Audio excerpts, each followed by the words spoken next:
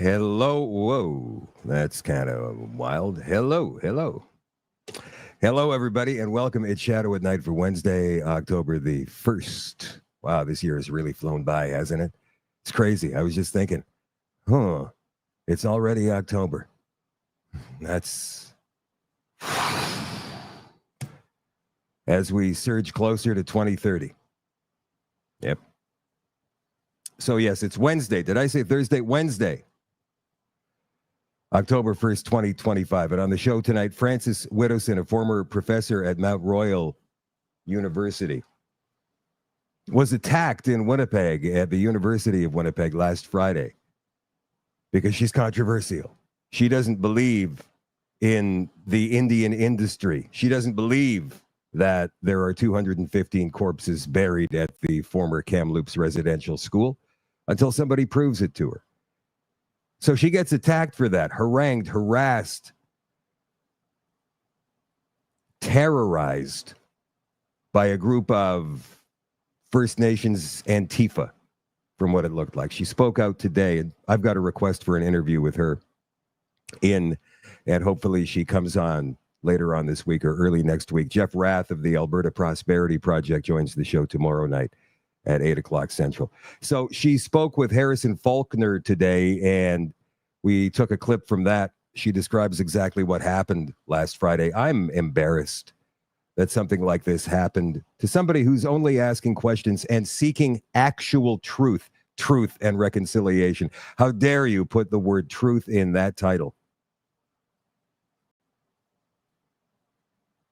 Tell the truth.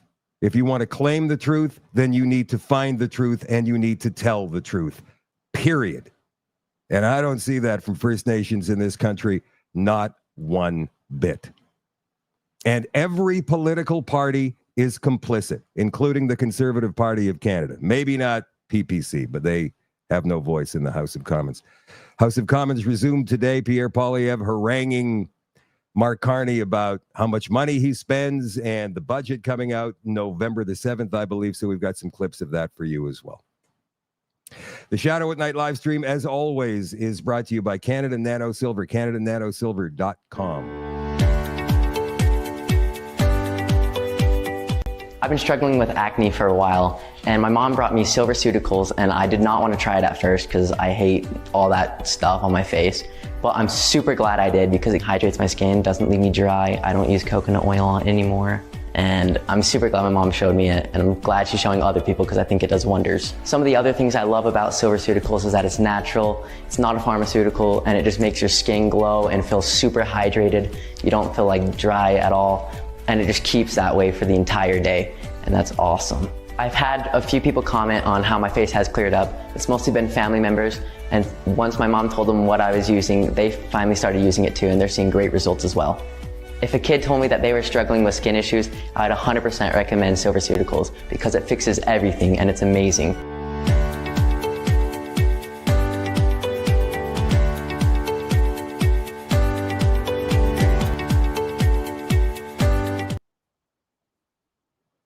CanadaNanoSilver.com. Again, that is CanadaNanoSilver.com. There's a big health and wellness show coming up in Regina in a couple of weeks, and Kevin and Anna from Canada Nano Silver will be there. I'll give you more details starting tomorrow night, including how you can get, if you're in the Regina area or if you plan to be in the Regina area, how you can get complimentary tickets to get in there and check out not just Canada Nano Silver, but all of the presenters who will be gathered that weekend in Regina. Okay. Some hellos. Paul is watching in Haddishville. Hello, Mary in Windsor, watching on Facebook. Sandy is on X, watching in Calgary. Hello, Donatella. On X, Rachel is watching from Saskatchewan on Facebook. Hello, Barb, Carla, Tracy, Christine, Edna, Kevin, Noranda, Debbie, Gavin, Kim, Gail, Donnie, Rhonda, Jill, Jan, Doreen, Chris, Kim. Yeah, we talked about C2, C8, and C9 last night. If you missed that show with John Carpe of the Justice Center for Constitutional Freedoms, you might want to check that one out. Dog Lips, Esky Dog, C-Cross, Andy Rock, Molly Guess, 1967-0803, Island Luck, Sister to Five Brothers, Vilma, Glorance, Patricia, and Nutsy, all you guys watching on Rumble, welcome to the show tonight. I have something very important to tell you as we begin a new month here. This show has been on for coming up on 5 years. The 5th anniversary will be November 2nd if the show lasts that long. And what I mean when I say that is since June, I've been approached by 2 different outfits. I'm not going to say who they are here, making me offers to come and work for them behind the scenes and in front of cameras, microphones, etc. And I've resisted. Every time they've reached out, I've said, no, I'm sorry. I've got my own thing going on. It's very important to me, and I want to stay with it and see it through. However, in the past couple of weeks, subscriptions on the website shadowdavis.com have dried up. They're nil. There's nothing. People have asked me, Shadow, how come you haven't gone to the ostrich farm again for a 3rd time? And I said, well, simply put, I can't afford to go. Things are tight right now. I know they're tight for everybody, but for me, especially doing this, working very hard, diligently at the show. You guys who have been with the show for quite some time now have seen the show improve in terms of audio, video, guests. The size of the show is grown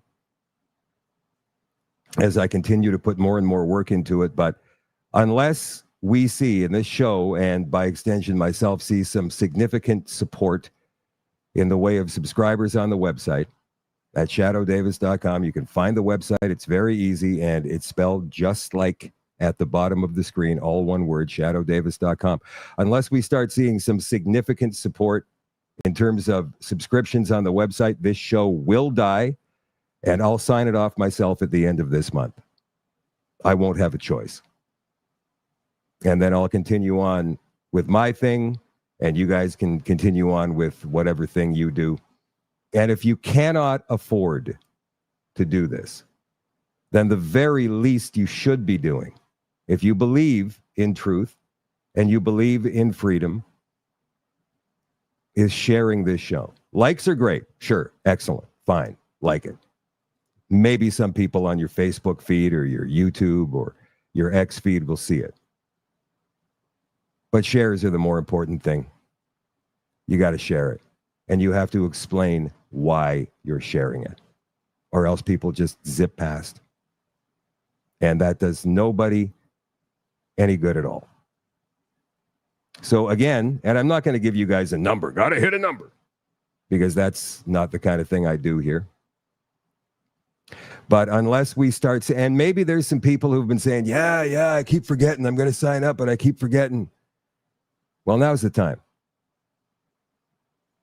And for those that say, F you, Shadow Davis, you grifter, well, you can just leave. You can just leave right now. If you're here, you're getting something for free. How is that grifting on my part?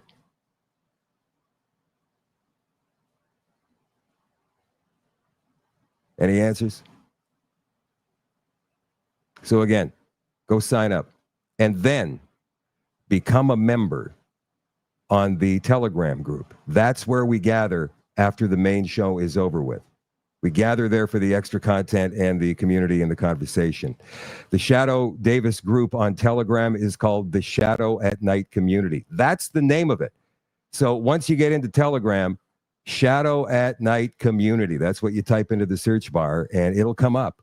From there you go, you join, you'll be welcomed with open arms, because that's what it's like back there, much like it is out here, except even closer, if you can imagine. And I'm sorry to have to tell you guys this, and I will be mentioning this each night until such time as I can say I'm going to keep doing the show or I'm going to shut her down. But anyway, right now the deadline is the end of October. Period. Bottom line. I cannot continue as things are currently. It's just not feasible for me to do so. News from the ostrich farm. We have a couple of letters, one from an active RCMP and one from a retired RCMP. They don't give their names, but they did say a few things, and this whole anonymity thing, it needs to stop as well. If we're going to start doing the right thing, we have to put a face on the truth. Our face. You cannot hide behind a picture of your dog or a picture of a cup of coffee with a foam heart or what you had for lunch the other day in some fake name, now is the time to step up. Show your face. Don't be afraid. And if they say you're fired for doing that, you say fired for doing what? Speaking the truth, asking questions? What's the problem? Then so be it. Because seriously, what's more important than the truth? What's more important than the way we live our lives? Than the freedom to do just that? So while I appreciate these RCMP officers coming out and saying something, one former and one current, I really wish they had put their names and faces on this.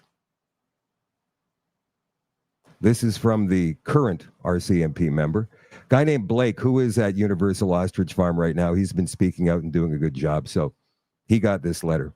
Hey, Blake, I've been seeing your posts. From an RCMP perspective, if you're looking to get some action, I would suggest trying to locate where the members' home units are that are currently on site. Even take photos of the sides of the PC's police cars. It will give you a district or unit ID. Each municipality pays a portion of the bill now for RCMP to work in their communities. Short as we are with the RCMP, we're so understaffed, there is no physical way members should be being released from their home units. Then citizens within those communities could put pressure on the RCMP to confirm minimums are being met in that detachment area. This is a great idea. The RCMP should only be on location to mediate between the peaceful protest and the CFIA. Our call to service is to serve the citizens of Canada, not to serve the government or its agencies. Just some thoughts. I have many frustrations with our organization right now. It's not a democratic entity. We're not allowed to have a voice either way when under the badge. This is a sad state. The other side of this is what happens when members are found having their own opinions that do not align with those of management. RCMP should not be controlled by the federal party elected. We should be a completely separate body governed by a board made up of civilian stakeholders across the country. We are here to serve the people and not the government, and it's sad they control freedom of speech. If a member were to come out and speak against this, they would be sent home on leave. Then so be it. Get sent home on leave. Do you think they would send 300 members out on leave right now, as short-staffed as they are? No. They wouldn't. They couldn't. Then the RCMP would throw the books at them. Code of conduct until the stress was so high they retired or were fired. Not if you guys all do it. If enough of you guys do it, you have nothing to be afraid of, and you would have an entire country backing you up. Public pressure, as we found out in the past couple of months, kind of works, doesn't it? We got the politicians to finally speak up about it after 8 months of silence. That was pretty good. Even though they're not exactly saying the right things, they're still speaking up about it. He goes on to say, I'm sick of the machine myself. I did not sign up to protect the government's agenda. This is like a communist state where you cannot express your feelings and are given your marching orders. Trust me on this. The RCMP is monitoring all accounts associated with the ostrich farm. Okay, fine. That means mine too. I don't care. Go ahead and monitor. This is from a retired member, letter sent to Global News. I've been following blogs and live feeds related to this story. There is a real human spin-off to this story. Had this been in the first 2 months of the infection of the avian flu for these birds, I would have to say I would have agreed with the CFIA decision. That would have been wrong. But let him have his piece here. However, it's been 206 days. I think it's been longer than that now, since the last illness, and according to experts, these birds have acquired herd immunity and should be studied at the very least. According to blogs, at the beginnings of this challenge, blood samples were taken and sent to a lab in Quebec. Coincidentally, 2 weeks later, the lab was bought out by Big Pharma, as I understand it. Now, I haven't heard any of this, so I'm a little skeptical as to its veracity. Nonetheless, let's continue. All employees signed an NDA at that time. An NDA, non-disclosure. The CFIA will not allow any blood samples to be taken on their watch, as it turns out. This makes no sense, as there is a huge upside to this story if the herd has antibodies and it can be used to make vaccines for other poultry. And humans, maybe. Oh, yeah. The ostrich farm is isolated and not used for food. I'm a retired RCMP officer after approximately 30 years. The police incentive to be at the front line is for the overtime benefits in most cases. Guaranteed, he or she says. To me, the flow of the order for destruction does not make sense. The people of the farm need help. There have been many supporters, and I commend them for their support and speaking out. There are allegations of threats to hotels and suppliers as well. I do not support this if indeed this has happened. And by the way, Katie has denounced all of that. I spoke to her on the phone just this afternoon, and she told me, give me a quick overview of what's been happening the last few days. Apparently that has been happening, not sanctioned at all by Universal Ostrich Farm. This could be people from the support groups, or it could be some people who are trying to get these ostriches killed from the community. There's quite a big divide in that community right now. The real story here is the huge government overreach. The way it's being dealt with is just wrong. I would like to ask for your support and overview of this story on behalf of everyone. Sincerely, redacted. Once again, no name.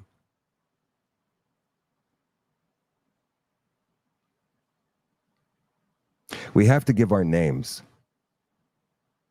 We have to give our faces. We have to start showing up. I ran across a great video today. Let me see if I can find it here, because it gave me a reminder. Yeah. Back when the NCI was going on, they had Dr. Charles Hoff testify. And we know the kind of hell Dr. Hoff has been through. He's been on the show talking about it. I think he's a great man. And this testimony at the National Citizens Inquiry happened about 2.5 years ago, I'm going to say, in British Columbia. And he called it a moral integrity test at that time. And it still is today. Let's watch. I think this entire pandemic has been a moral integrity test. For doctors, for our politicians, for the police, for lawmakers, for judges, right across the board. It has been a moral integrity test. There are some people who will do what they're told no matter what. And there are some people who will do what is right no matter what. And that is the difference. That is the moral integrity test. Will you do what is right no matter what risk it is to you? Or will you put yourself first and do whatever it takes to protect you, even if it puts other people at harm? This has been a great revealer of moral integrity. And unfortunately, we've seen it in the law courts, we've seen it with the politicians, we've seen it in the media, of those people who will do what is right no matter what, compared to those who will just do what they're told no matter what.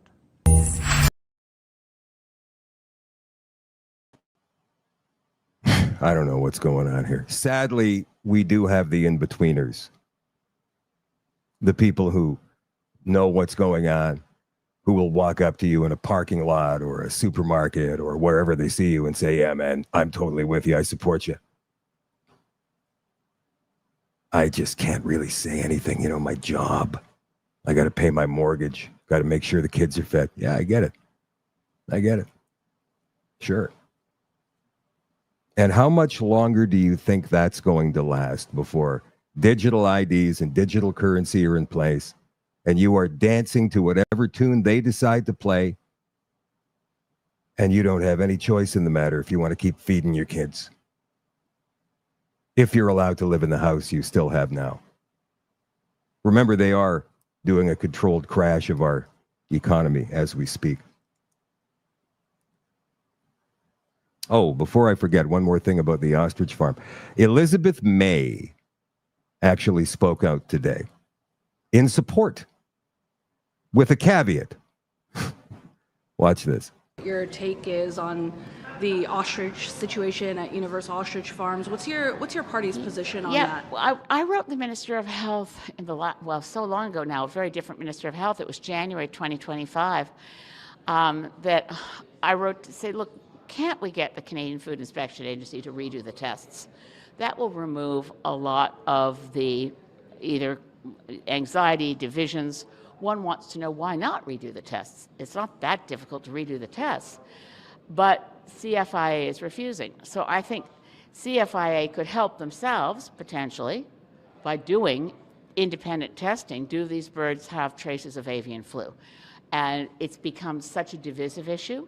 I must say most of my constituents who write me want that ostrich cull not to happen. And they want to, and I want to know, I'm not saying whether it should or shouldn't happen, but why not get the... Is that a UN pin she's wearing on her lapel right there? Right here. Look at it. The evidence. Why not? And this is our position as a party. Why SDGs, 17 Sustainable Development Goals. It's right there on her lapel. not redo the testing and verify the health of that flock of ostriches before engaging in what many see as animal cruelty? And I can't imagine, this is absolutely astonishing to me, that an animal welfare issue in Canada has garnered the attention of MAGA-type billionaires in the United States, which makes me sympathize with the ostriches less. But that doesn't matter. What matters is that we get our facts first. And we don't have all the facts because CFIA has refused to do the testing. So, in my conversation with Katie this afternoon, I told her about that. She hadn't yet seen that clip of Elizabeth May. And when I said that to her about what May said regarding the mega billionaire types who were supporting the ostrich farm, which makes me want to support them less. But anyway, that shouldn't matter. Katie said, "What does that have to do with anything?"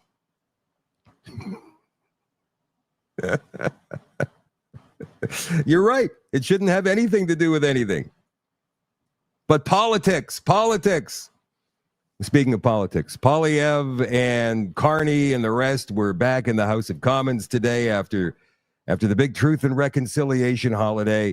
And they were talking money. They were talking budget because the budget is supposed to be coming out early next month. And we're going to get to what Yves-Francois Blanchet of the Bloc Québécois said about it.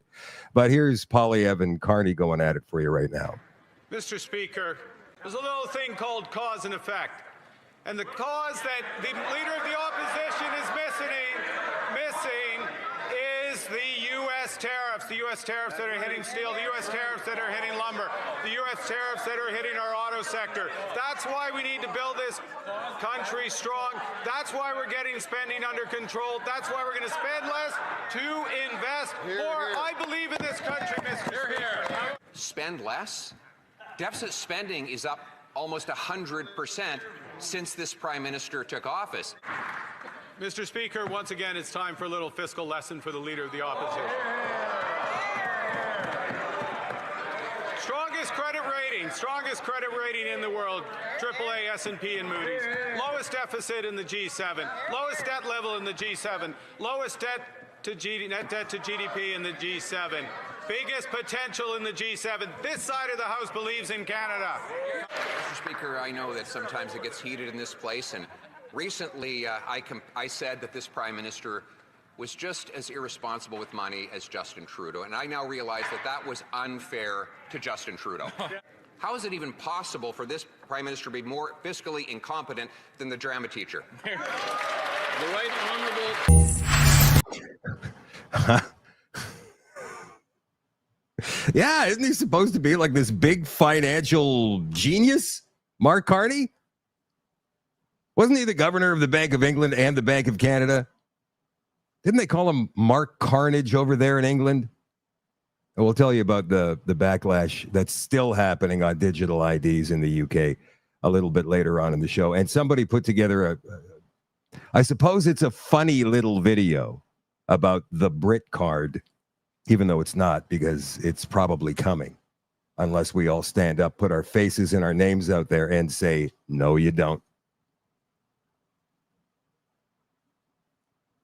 So when the budget comes out finally, and remember there's 169 Liberals in the House of Commons, They've got a minority. Let's not forget that.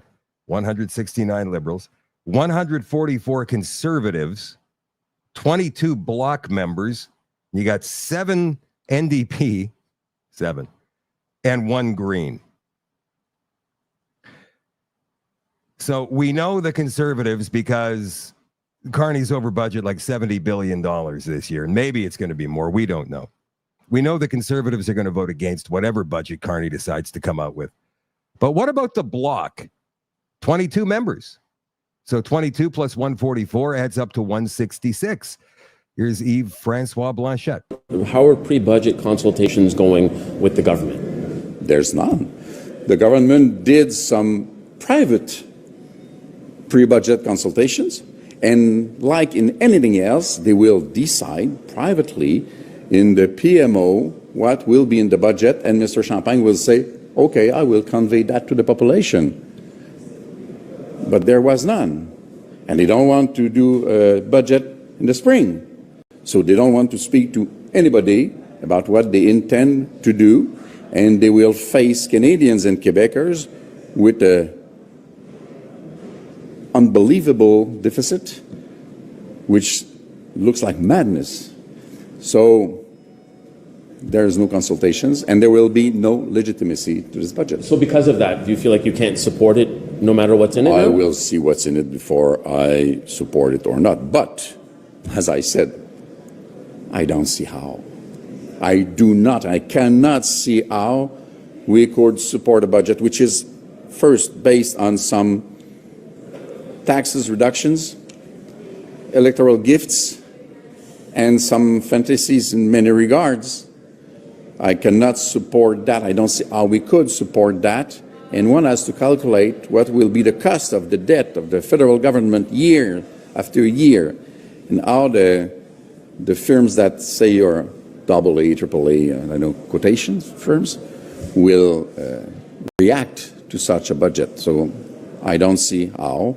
So far, I believe that there will be, and they should take note of it, 22 MPs from the Bloc Québécois that will vote no.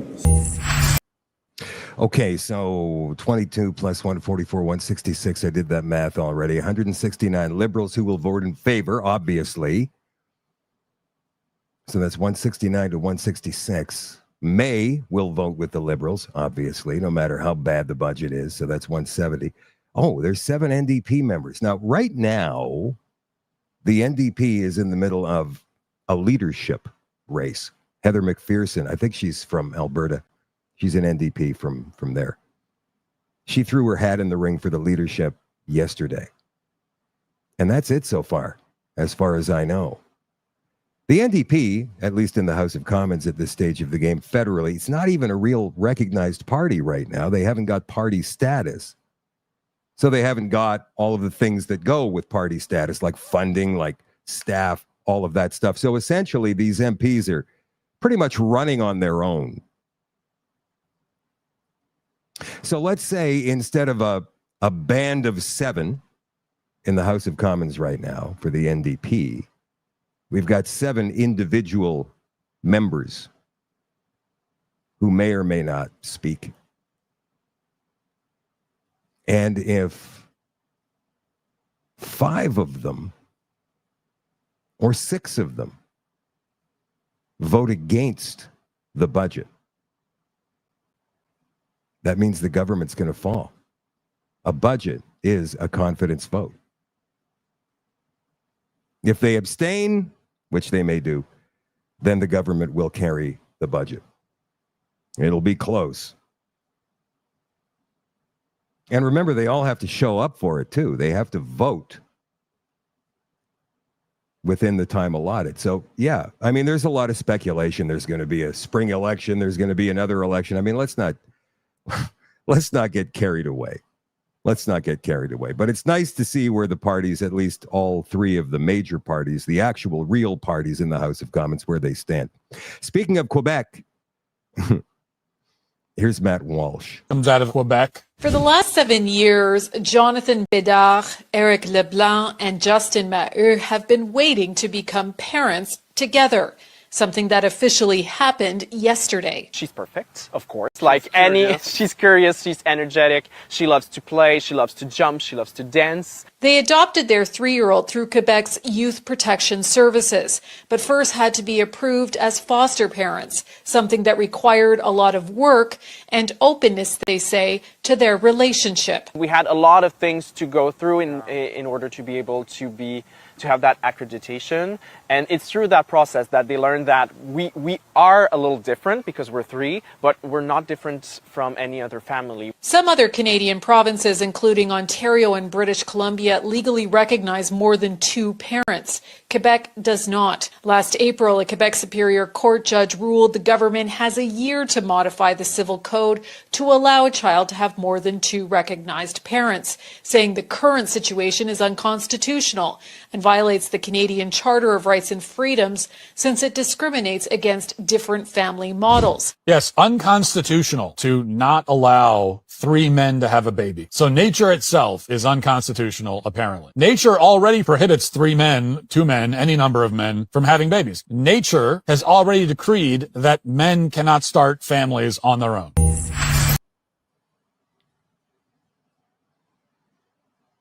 I don't even know what to say. So 3 dudes in a relationship.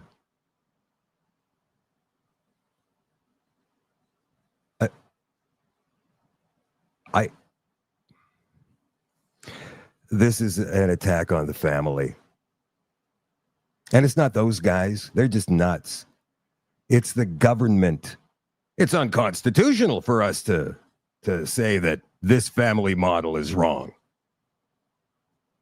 Look, man, families are mom, dad, kids. That's it. In my opinion, that's it. That's all there is. That's it. That's the family. If we don't get back to that, I don't even know why we're going to keep going. I mean, the family is the heart of our society here. They're wrecking it. They're wrecking us from the inside out. That's the plan. That's been the plan the whole time. It was part of it anyway. And then the other thing is the NGO-funded street armies that the left has employed, the Marxists, kind of like the brown shirts from the old Hitler days. That's Antifa, of course. And every large city has got their branch of Antifa, whatever they happen to call themselves, Black Bloc or whatever name they're going by. So Frances Widdowson is a former professor at Mount Royal University. She was in Winnipeg for a speaking engagement at the universities last week. And here is the left-wing corporate version of the story before we give you Frances's story. Security was on hand at the University of Manitoba campus as protesters tried to overwhelm a talk being given by a controversial speaker. Why is she controversial? You see, there goes the left-wing corporate media again. She's not controversial. She's asking questions. She wants the proof. How is that controversial? It isn't. But this is the language they use to constantly hammer home their point that they are right and everybody else is a right-wing extremist. Frances Widdowson, a former professor at Mount Royal University who was fired in 2020, was at the U of M campus last Thursday to have a discussion on her claims the discovery of mass graves at a former Kamloops residential school was a hoax. Now, Mary Starr, whose traditional name is great-grandmother bear that comes like the wind, I'm just not going to stay silent. Starr, a residential school survivor, she claims, attended the discussion to protest Widdowson's discussion. I'm from Fort Alexander. We have unmarked graves over there, and I'm not going to let someone say that this is all a hoax. It's not a hoax. How do you know? You don't know. All you know is what somebody said. That's the point of this whole thing. Meanwhile, others said they were there to support the event. I saw a lot of kerfuffle on the internet about a demonstration that was going to be held against Francis Widdowson, and I want to go see what it was, said Caleb Young Thiessen, a student at the University of Winnipeg. I just think we should be able to have speakers out on campus, period. Doesn't matter what they're talking about. Yeah. The Assembly of Manitoba Chiefs condemned the event in a release Thursday afternoon, saying it was outraged Widdowson was allowed to speak on campus. And they carry a lot of weight, especially in Manitoba. Allowing someone who denies the violence, deaths, and systemic abuse of our little ones in residential schools to speak at Manitoba's largest university is irresponsible and harmful, Grand Chief Kira Wilson said in a release. Hey, prove it first, Kira. Come on the show. You are invited to come on this show right now and show us the proof of your claims. Don't hide behind press releases and bullshit. First Nation survivors and families continue to live with the trauma of these institutions. To deny these truths is an act of violence in itself. Can you actually believe that? That's the make everybody a victim mentality of critical race theory. That's exactly what that is. That's on page 1 of their freaking playbook, you guys. And the media has fallen for it hook, line, and sinker. So rather than going and reading this left-wing corporate media story any further,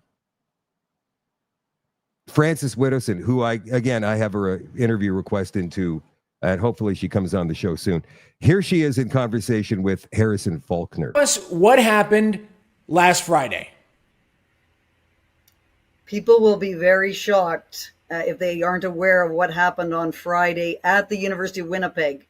So I should just put in context. I was at the University of Manitoba on Thursday, the University of Winnipeg on Friday. University of Manitoba had some, ridiculous things happen, but it functioned in a somewhat normal context, just with beating drums and so on. But what occurred is that people were very angry that what had happened at the University of Manitoba. This is the Indigenous gangsters. So there's a whole bunch of gangsters in Winnipeg who are very violent and nasty people, and they're not happy about the unmarked graves, the Kamloops case being discussed openly and honestly. They mobilized, a whole bunch of gangsters showed up on Friday, and there's a lot of women who are tools of the gangsters, and there's 6 of them who assaulted me, and I have the names of 3 of them. Anyway, they're used by the gangsters to surround people, treat them terribly, and if you react in any way that is sort of confrontational, the Indigenous gangsters will move in and begin to rough you up, and you don't even have to do anything. My cameraman, who was trying to cover the whole what was going on, was roughed up by about 8 gangsters and pushed outside of campus, and he feared for his life that day. That was how bad it was. There was a gangster who had gloves on with metal on his knuckles, and Michael Melanson, who was another person I know who was part of the research group, he thought he's a tough guy. Daniels wouldn't have hurt a fly. He's a computer science nerd. He's not used to bar fights. Melanson is fit and knows how to handle himself. He thought he was going to have to fight 40 people at one point. It was unbelievable, an unbelievable breakdown of civilization. Several people called the police. The police did not come. Security stood down, didn't do anything. And so we had a police force that does not protect its citizens because presumably it's afraid of the Aboriginal gangsters. I don't know what's going on there. And we have Wab Canoe, who is standing with one of the quote unquote elders who assaulted me on Friday. He's doing that, I believe, today. And Shingoose is the other one, who's also one of these women who's being used as a tool by these Aboriginal gangsters. Wake up, Winnipeg. Your city is being overrun by tribalist elements, and it's not going to go anywhere good. So what happened at the University of Winnipeg was really beyond belief. I was assaulted by 6 women. I had a drink poured on my head. I was taunted endlessly. And because I'm used to these scenarios, I'm very calm, and I do not rise to any of these provocations. I just continue to make the point. We need to have the truth about Kamloops, which is the claim that the remains of 250 children are buried in the apple orchard, and there is no evidence for that claim. And until we have a reckoning on that claim, we are not going to be able to move forward on reconciliation. How can we? They're lying, and they're enforcing their lies with thugs. That's what that was. Shut up, or we'll beat the snot out of you. That was intimidation. That was terrorism. And the police did nothing. Nothing. Wow. I like her warning, though, to Winnipeggers. Your city is being taken over by whatever. What did she call them? Tribalist thugs. That happened a long time ago. Winnipeg is lost. There's still some hope for cities west of here, but Winnipeg, unless there is some kind of wide spread reckoning. You know, a lot of people ask me, they ask me all the time, hey, I need your perspective on Manitoba separation. And my first response is to laugh. What? Are you freaking kidding me? Saskatchewan. Yeah, I can see that. Alberta, definitely. BC, never. Manitoba, never. Never because, well, there's 2 reasons. 3, actually. Number 1 is it's mostly woke in Winnipeg, which runs the province. There's 1.5 million people in Manitoba. And of those 1.5 million, 1 million of them live in the Winnipeg capital region. And it's a woke city. It's a woke orange/red city that sometimes goes blue when they're pissed off at the orange and the red. That's it. And I think you can probably go back to the general strike of 1919 to figure out why. And how the communists were spreading the word even back then in Winnipeg. So there's so many people who were so proud of the Winnipeg general strike from 1919 and how it made history and how it helped workers all across North America or the world even. All it did was help spread communism. That was it. That's all. And so if you wonder why Winnipeg is that way, that's probably a good root cause for you to consider. There's a Tim Hortons, I think in Picton, Ontario, that Tamara Ugolini was kicked out of. Tamara Ugolini, one of my favorite reporters on Rebel News. Here she is here. Shout out to this based OPP constable, Tim Hortons in Picton, tried to trespass me while investigating the staggering allegations of immigration fraud at the location where a minor was offered $20,000 for an arranged marriage with her manager's brother. Remember, we talked about that the other night. This cop was having none of it, Tamara says, and here's that video. The owner called, but he's not here. So he's claiming that that gentleman who was trespassed came into the store. Not the gentleman, the lady. What lady? The one who's running the... Yeah, and what's wrong with that? So he said that no one, she's trespassing in the private property. How is she trespassing? He was standing in the lobby. She is an independent journalist. She was never trespassed from this property, and she has her 100% rights to be here. Just because your boss doesn't like the fact that an independent journalist is in here video recording, that's not up to him. She has the right to do that. I can call him. I'm not going to, no, I'm not going to talk to him. You tell him that she has all the right to be here. I'm not going to entertain that. You tell that to Mohammed. I'm sorry if I'm being crass with you, but you relay that to Mohammed that I'm not even entertaining that portion of it, of this lady being here. It doesn't matter. They have all the rights in the world to do it. Okay. No, they don't.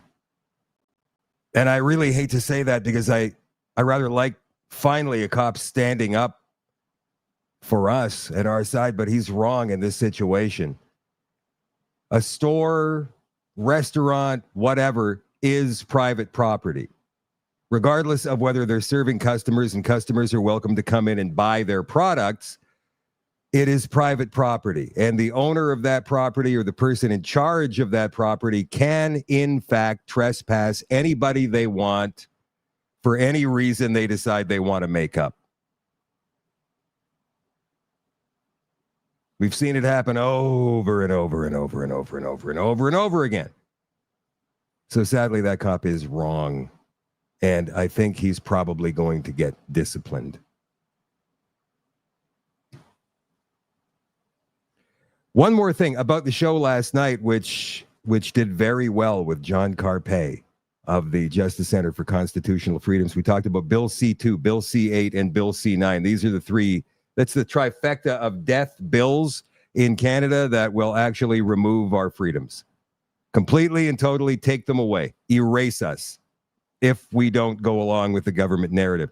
And so we've got other freedom groups who are stepping up to the plate now, including the Canadian Constitution Foundation. They say Bill C-8 would allow minister to secretly cut off phone internet service. CCF warns, this is great news. We need to get this out to more and more and more people. They don't understand what's going on in this country. They're just going along with it. And they're so very excited that the NHL season is just about a week and a half away. Oh my God, and the NFL is back and the World Series and the Blue Jays are doing so good. In the meantime, they're being locked into digital prisons and they don't know it. This is why I keep asking you guys to share this stuff. Explain this stuff. It's very important that people know. The Americans are going through this government shutdown again, right? Which I find kind of funny because they're fighting now about funding illegal migrants' health care. But before we get to that, of course, all of the left-wing corporate media here in Canada up in arms because Donald Trump said 51st state again.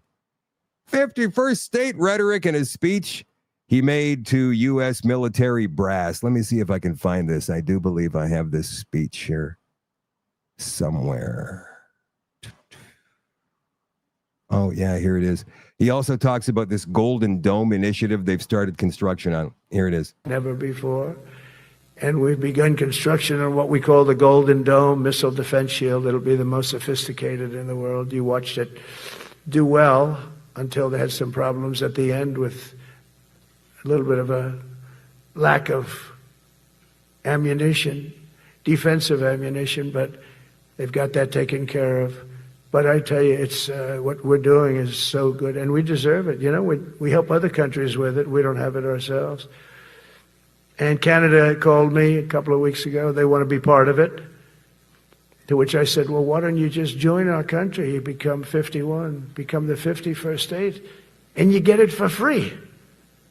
So I don't know if that made a big impact, but it does make a lot of sense. It actually makes, because they're having a hard time up there in Canada now, because as you know, with tariffs, everyone's coming into our country. We have more investment than we've ever had before, $17 trillion coming in. As an example, in 4 years, Biden didn't have $1 trillion. We have 17 trillion more than that in 8 months coming in. And they're coming in from Canada, Mexico, from Europe, from all over. You know, it's interesting. I was having a conversation with somebody this morning. I forget who. And they mentioned the expression trade war, the U.S. trade war, Trump's trade war. I said, it's not a trade war. Would you stop saying that? You're using their rhetoric. It's not a trade war. It's Trump has put tariffs on. That's it. It's not a trade war. If it were a war, by definition, there would need to be two combatants. Canada has no hope of ever taking on the United States in any kind of war, unless hockey. That's it. That's all there is. Now, the Americans have a government shutdown. They have a government shutdown because apparently the Democrats want to bring back funding for illegal migrants for healthcare, and the Republicans say no. So here's a couple of clips to let you know how that went today. The Democratic proposal is designed to prevent millions of Americans from losing their health insurance, losing Medicaid coverage, or paying higher health care premiums. Why are you against that? That's an absurd statement, what you said there. Let's be clear about what happened last night, George. No, George, let me tell you what happened last night. Everybody can go and review the facts for themselves. 44 Senate Democrats voted to reject a clean, nonpartisan continuing funding resolution to keep the United States government open. The Democrats said instead that they wanted to give health care to illegal aliens instead of keeping critical services provided for the American citizens. That's what happened, plain and simple. Every Democrat in the House, except one, voted against the clean continuing resolution. It was nonpartisan in nature. There are no policy riders on it that Republicans favored. It's exactly what Chuck Schumer and other Democrats voted for in March. But they've changed their tune.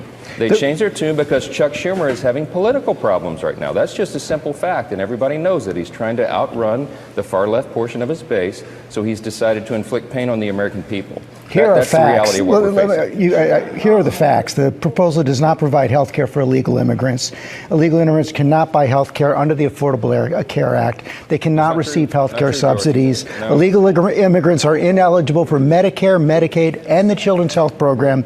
The Democratic bill does not make them eligible. This is a Democrat talking point. They say we're not actually trying to give health care benefits to illegal aliens, and here's why it's not true. There are two Biden-era programs that explicitly gave the taxpayer health care money to illegal aliens that we turned off when President Trump took over in January. Program number one is there's a lot of emergency health care at hospitals that are provided to illegal aliens. That was funded by the federal government. We turned off that funding because, of course, we want American citizens to benefit from those hospital services, not to be taxed and then to have those hospital services go to illegal aliens. The second of which is the Biden administration gave mass parole to millions upon millions of illegal aliens, and then they simultaneously made those parolees eligible for health care benefits funded by taxpayers. In the One Big Beautiful Bill, President Trump and congressional Republicans turned off that money to health care funding for illegal aliens. The Democrats want to turn it back on.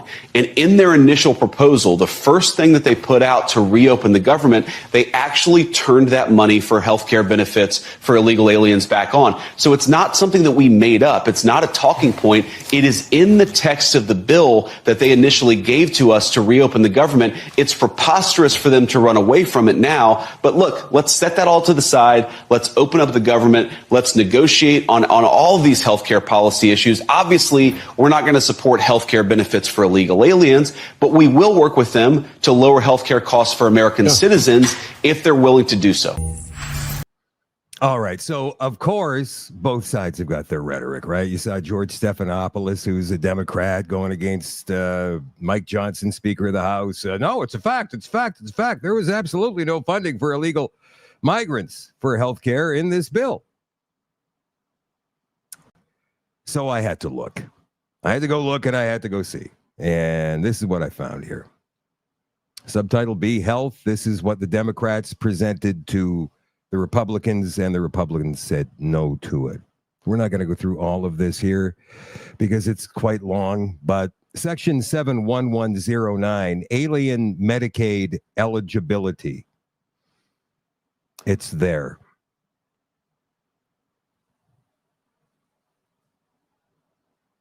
So once again, the left is lying.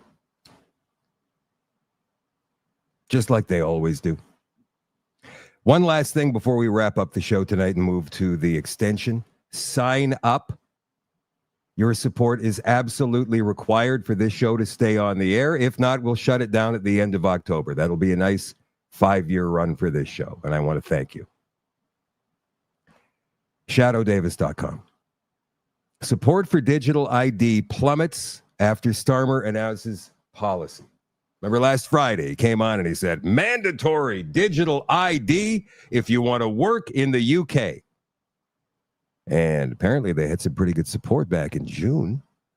More in Common research showed strong support for a national ID card, digital ID card. In June, they had 53% of Brits in favor, 19% opposed. But support has dropped off dramatically since Starmer announced plans to proceed with this scheme. 45% now say they're opposed. Wow. That's up 26 percentage points in just a few months, and 31% are in favor. That's down 22. Net support for the scheme has shifted from plus 35% in June to minus 14 over a weekend. Opposition is strong also. Nearly a third of respondents, 32%, saying they're strongly opposed to the introduction of a national digital ID scheme.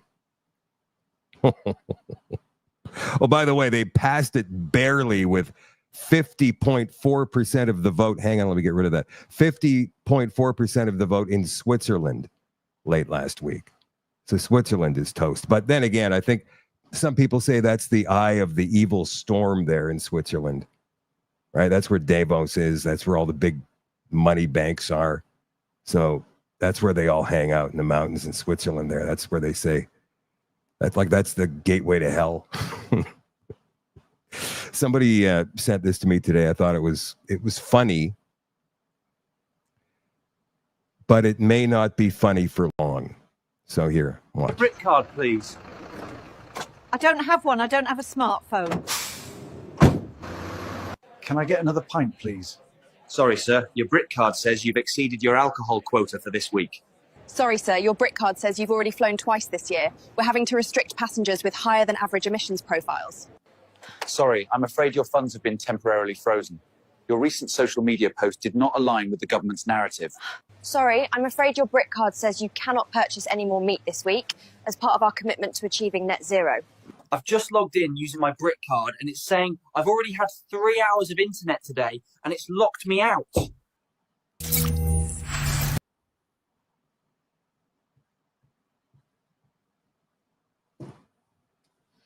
Now, there's going to be people in your life that will say, well, that's ridiculous. They'd never do that. Your response, and I'm certainly hoping that you've got one by now, but if not, consider this. They'd never do that. They told you you could only have 2 people over during COVID. They told you that your business was not necessary. They told you you had to get 2 shots of an experimental serum just so you could work. What do you mean they'd never do that? Keir Starmer said mandatory.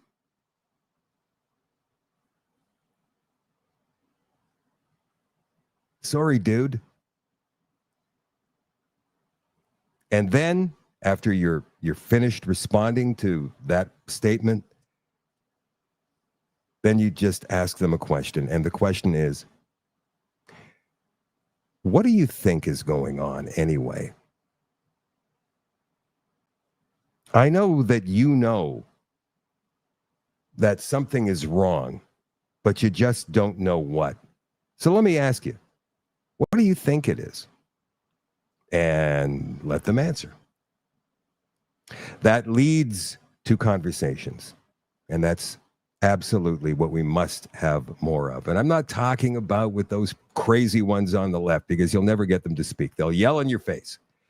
But your friends and your family who are reasonable about this stuff, who enjoy talking about things, enjoy having lively discussions, they might be open to it, but you've got to approach them the right way. That's it for the show tonight. I love you all. I appreciate you all. Go sign up, become a subscriber, all access member, a Nighthawk at ShadowDavis.com. You won't regret that, by the way. We do have some fun back there, and we do show you some very interesting stuff that we could never show you on social media. Also, let's not forget, this show could end on its own anyway, not through anything I do, but through bills C2, C8, and C9, the Liberal government wants to introduce.